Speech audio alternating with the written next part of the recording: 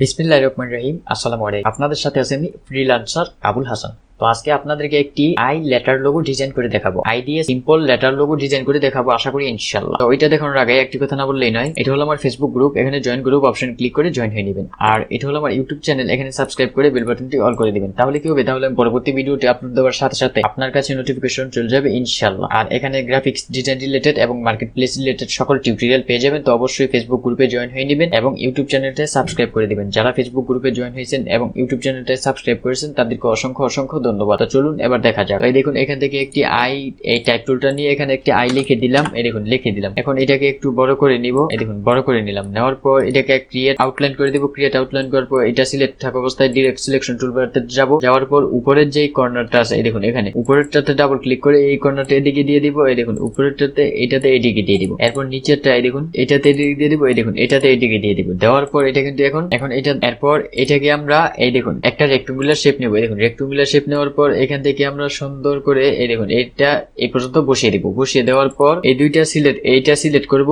তারপর এখান থেকে আমরা এই উইন্ডোজ অপশনে যাব। উইন্ডোজ থেকে পাথ ফাইন্ডার থেকে ডিভাইড। এই দেখুন ডিভাইড। এখন এটা সিলেক্ট থাকা অবস্থায় রাইট ক্লিক করলে আনগ্রুপ হয়ে যাবে। এখন আমরা এই দেখুন সম্পূর্ণ শেপটা কিন্তু আনগ্রুপ হয়ে গেছে। এখন এটাকে অ্যালাইন করে নিব। অ্যালাইন করার পর এখন আমরা এই তিনটা কালার ইউজ করতে পারবো, কোনো প্রবলেম নাই। এখন আমরা এটাকে তিনটা কালার ইউজ করব। এখন উপরটাতে দিব, যেমন এটা গ্রেডিয়েন্ট ইউজ করলাম। এরপরটা যদি আবার গ্রেডিয়েন্ট ইউজ করি, এরপরটাতেও যদি গ্রেডিয়েন্ট ইউজ করি। এই দেখুন এখন আমরা এটাকে সিলেক্ট করব, এটাকে কপি করব। কপি করার পর পেস্ট করব। পেস্ট করার পর এটাকে একটু ছোট করব। ছোট করার পর এখানে এনে বসিয়ে দিব। এই দেখুন এখানে উপরে বসিয়ে দিলাম। দেওয়ার পর এটা সিলেক্ট করব, সম্পূর্ণটা সিলেক্ট করব। সিলেক্ট করার পর এখানে আমরা ডিভাইড দিব আবার। এই দেখুন এখন আমরা এটা যদি রাইট ক্লিক করি, এটা সিলেক্ট করে আনগ্রুপ করে এই দেখুন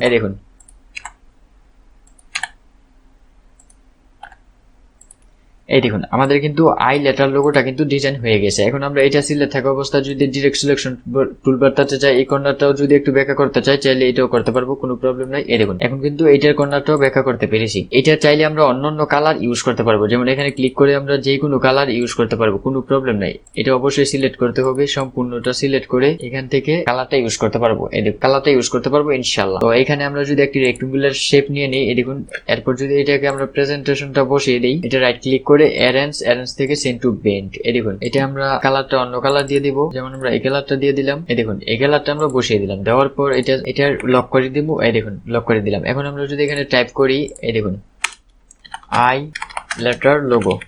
এই দেখুন আই লেটার লোগো। এখন আমরা চাইলে এইটাতে রাইট ক্লিক করে ক্রিয়েট আউটলাইন করে এটাতে আমরা এই কালারটা ইউজ করে দিতে পারি। এই দেখুন গ্রেডিয়েন্ট কালারটা কিন্তু ইউজ করে দিতে পেরেছি। তো এই দেখুন এখন কিন্তু আই লেটার লোগোটা কিন্তু খুব সুন্দরভাবে তৈরি হয়ে গেছে। তো খুব সুন্দরভাবে কিন্তু তৈরি হয়ে গেছে। এখন যদি আমরা চাই এটাকে একটা মকাবে বসাতে পারবো। কপি করে এখান থেকে কপি করার পর আমরা যদি এই ফটোশপে চলে যাই, ফটোশপে একটা এই দেখুন মকআপের ফাইলে ওপেন করে এটা বসিয়ে দেব। বসিয়ে দেওয়ার পর এই দেখুন এটাকে একটু ছোট করে বসিয়ে দেওয়ার পর তারপর এস প্রেস করব। এই দেখুন কন্ট্রোল এস প্রেস করার পর প্রগ্রেস হচ্ছে। এই দেখুন এটা কিন্তু এখানে কিন্তু আই লেটার লোগোটা কিন্তু সম্পূর্ণ ডিজাইন করা হয়ে গেছে। এখন কিন্তু আই লেটার লোগোটা কিন্তু ডিজাইন করা হয়ে গেছে, খুব সুন্দর। এখন কিন্তু খুবই সুন্দর দেখা যাচ্ছে। তো কালারটা কিন্তু অ্যাডজাস্ট হয় নাই, কালারটা কিন্তু অন্যান্য কালার দেখা যাচ্ছে। তো আশা করি ভিডিওটি ভালো লাগছে। ভালো লাগলে like, comment, share and subscribe করে আমাদের সঙ্গেই থাকুন। আবার দেখা হবে নেক্সট ভিডিওতে। সে পর্যন্ত ভালো থাকুন, সুস্থ থাকুন। আল্লাহ হাফেজ।